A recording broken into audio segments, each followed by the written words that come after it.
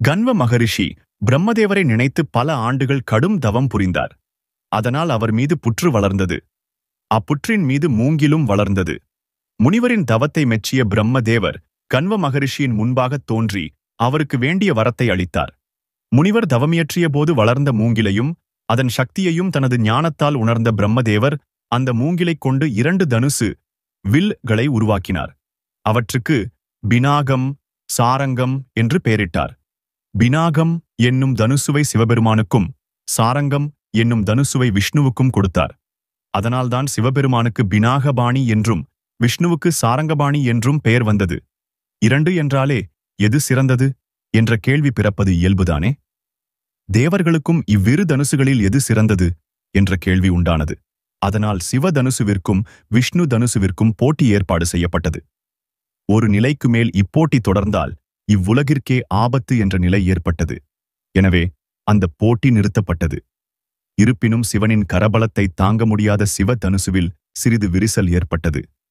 போட்டிக்குப் பிறகு பினாகமான சிவ தனுசு சீதையின் தந்தை ஜனகரின் முன்னோரான தேவரதருக்கு கிடைத்தது. அது அவர்களின் வழி வழியாக வந்து ஜனகரின் பாதுகாப்பில் இருந்தது. சாரங்கமான விஷ்ணு தனுசு பரசுராமரின் தாத்தா ரிட்சச முனிவருக்கு கிடைத்தது. அவரிடமிருந்து வழி வழியாக பரசுராமரை வந்தடைந்தது. ஜனகரிடமிருந்த சிவ தனுசுவைத்தான் சீதையை மணப்பதற்காக சுயம்வரத்தின் ராமபிரான் உடைத்தார். சிவ தனுசுவை உடைத்ததால் பரசுராமர் மிகுந்த கோபமுற்று ராமபிரானுடன் போரிட முனைந்தார். ஆனால் ராமன் யார் என்பதை அறிந்த பிறகு தன்னிடமிருந்த விஷ்ணு தனுசுவை ராமரிடமே ஒப்படைத்து விட்டார் பரசுராமர். ஆனால் ராமபிரான் அதை உபயோகிக்கவில்லை. அதை வருண பகவானிடம் கொடுத்து பாதுகாக்கும்படி கூறுகிறார். அந்த விஷ்ணு தனுசுதான் மகாபாரதத்தில் கதை நாயகனாக இருக்கும் கிருஷ்ணருக்கு கிடைக்கிறது. இந்த தனுசு மூலம்தான் நரகாசுரனுடன் போரிட்டு வெற்றி பெற்றார். கிருஷ்ணாவதாரம் முடியும் போது அந்த விஷ்ணு தனுசு மீண்டும் வருண பகவானிடமே ஒப்படைக்கப்பட்டது. சிவ தனுசு விஷ்ணு தனுசு செய்து முடித்த பிறகும் மீதமிருந்த மூங்கிலைக் கொண்டு பிரம்மதேவர் 3ஆவதாக ஒரு தனுசுவை செய்தார். அதுதான் பிரம்ம தனுசு என்னும் காண்டீபம். இத்தனுசு தேவர்களிடம் கைமாறி தேவர்கள் உலகத்தின் தலைவனான இந்திரன் மூலம் பாண்டவர்களின் ஒருவரான அர்ச்சுனனுக்கு கிடைத்தது. 108 நாண்களை உடைய இந்த தனுசுவின் கடைசி நாணை யாராலும் அறுக்க முடியாது என்பது குறிப்பிடத்தக்கது. குருசேத்திர போர் முடிந்து பல ஆண்டுகள் கழித்து அக்னி பகவானின் வேண்டுகோளுக்கிணங்க காண்டீபத்தை வருண பகவானிடம் ஒப்படைத்தான் அர்ச்சுனன். வில்லிற்கு விஜயன் என்று பலர் சொல்ல கேட்டிருக்கிறோம். அதாவது வில் வித்தை என்றாலே விஜயன் என்று அழைக்கப்பட்ட அர்ச்சுனனையே குறிக்கும். அர்ச்சுனனை மட்டுமே வில்லிற்கு உரியவனாக கூறுவர். ஆனால் விஜயமான தனுசுவையே தன் வசம் வைத்திருந்தவன் மாவீரன் கர்ணன். முருகப்பெருமான் தாரகாசூரனை வதம் செய்த பின்பு அவனது 3 புதல்வர்களும் பிரம்மனை நோக்கி கடும் தவம் புரிந்தனர். பிரம்மனும் அவர்கள் முன் தோன்றி அவர்கள் வேண்டிய வரத்தை அருளினார். பல வரங்களை பெற்ற அந்த அசுரர்கள் தங்களுக்கென திரிபுரம் என்ற 3 நகரங்களை படைத்து வழக்கம்போல் தேவர்களையும் துன்புறுத்தி வந்தனர். தேவர்களும் வரம் கொடுத்த பிரம்மதேவரிடம் சென்று முறையிட்டனர். பிரம்மதேவரோ ஈசன் ஒருவரை தவிர அவர்களை யாராலும் அழிக்க முடியாது என்று கூறினார். இதனால் தேவர்கள் அனைவரும் ஈசனை நாடினர். ஈசனும் தேவர்களுக்கு உதவ எண்ணினார். ஒரே அஸ்திரம் கொண்டு அசுரர்களை அழிக்க முடிவு செய்தார். அந்த அஸ்திரமாக விஷ்ணுவே மாறினார். அஸ்திரத்தின் நுனியில் அக்னி தேவரும் அடியில் வாயு தேவரும் இருந்தனர். இப்போது அசுரர்களை அழிக்க வல்ல அஸ்திரம் தயாரானது. இருப்பினும் அந்த அஸ்திரத்தை தாங்கக்கூடிய தனுசு வேண்டுமல்லவா?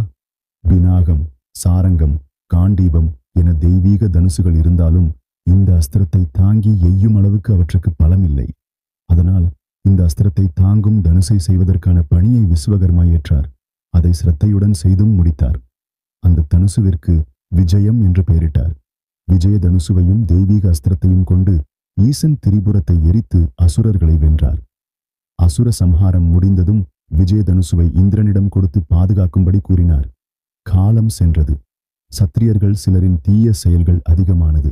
ஆகவே சத்திரிய இனத்தில் பரவியிருக்கும் தீமைகளை அழிக்க விஜய தனுசுவை பரசுராமரிடம் ஒப்படைக்கும்படி இந்திரனுக்கு கட்டளையிட்டார் ஈசன். பரசுராமரும் விஜய தனுசுவை பெற்றுக்கொண்டு பல்வேறு காலநிலைகளில் தீய குணம் கொண்ட சத்திரியர்களை அழித்தார். கால ஓட்டத்தில் கர்ணன் பரசுராமரின் சீடரானான். கர்ணனின் திறமை, குரு பக்தி, ஆற்றலை கண்டு வியந்த பரசுராமர் தன்னிடமிருந்த விஜய தனுசை கர்ணனுக்கு அளித்தார். சிவபெருமானும் பரசுராமரும் ஏந்திய தனுசுவை பெற்றதும் கர்ணனுக்கு புது உத்வேகம் பிறந்தது. ஒரு கட்டத்தில் பரசுராமரிடம் சாபம் பெற்ற கர்ணன் அவரிடமிருந்து பெற்ற தனுசுவை பிரயோகிக்காமலே இருந்தான். கர்ணன் பலரிடம் போரிட்ட போதிலும் சரி, சில சந்தர்ப்பங்களில் அர்ச்சுனனிடம் போரிட்ட போதிலும் சரி, விஜய தனுசுவை பயன்படுத்தவே இல்லை. குருசேத்திர யுத்தத்தில் மட்டுமே பயன்படுத்தினான். விஜயதனுசுவின் நாணை எந்த ஒரு அஸ்திரத்தாலோ தெய்வீக ஆயுதங்களாலோ அறுக்க முடியாது. இந்த தனுசுவிலிருந்து புறப்படும் அஸ்திரத்தின் சப்தம் இடியைப் போல் இருக்கும். பல்லாயிரம் மந்திரங்களால் உருவேற்றப்பட்ட இந்த தனுசுவிலிருந்து ஒவ்வொரு முறையும் எய்யப்படும் அஸ்திரமானது மிகுந்த சக்தியுடன் எதிரியை தாக்கும் வல்லமையுடையது. இந்த தனுசுவை கையில் வைத்திருப்போரை எவராலும் வெல்ல முடியாது. அஸ்திரங்களில் வல்லமை மிக்க பிரம்மாஸ்திரம், பிரம்ம சீரிசம் போன்ற அஸ்திரங்களால் கூட இந்த தனுசை கையில் பிடித்திருப்பவரை வீழ்த்த முடியாது. கர்ணனின் கையிலிருந்த விஜய தனுசுவை பற்றி கிருஷ்ண பகவான் நன்கு அறிந்திருந்தார். அதனால்தான் அர்ச்சுனன் கர்ணனை குறைத்து கூறும்போதெல்லாம் கர்ணனின் பலத்தை குறைத்து மதிப்பிடாதே என்று எச்சரித்து வந்தார். குருசேத்திர போரில் அர்ச்சுனனுக்கும் கர்ணனுக்கும் யுத்தம் நடந்து கொண்டிருந்த போது சாபத்தின் காரணமாக கர்ணனின் தேர் சக்கரம் பள்ளத்தில் வீழ்ந்தது. அப்போது கையில் பிடித்திருந்த விஜய தனுசுவை தேரிலே வைத்துவிட்டு தேர் சக்கரத்தை பள்ளத்திலிருந்து மீட்க வந்தார் கர்ணன். அதை பயன்படுத்திதான் கர்ணனை அர்ச்சுனன் வீழ்த்தினான். விஜய தனுசு கர்ணனின் கையிலேயே இருந்திருந்தால் அர்ச்சுனனால் கர்ணனை வென்றிருக்கவே முடியாது.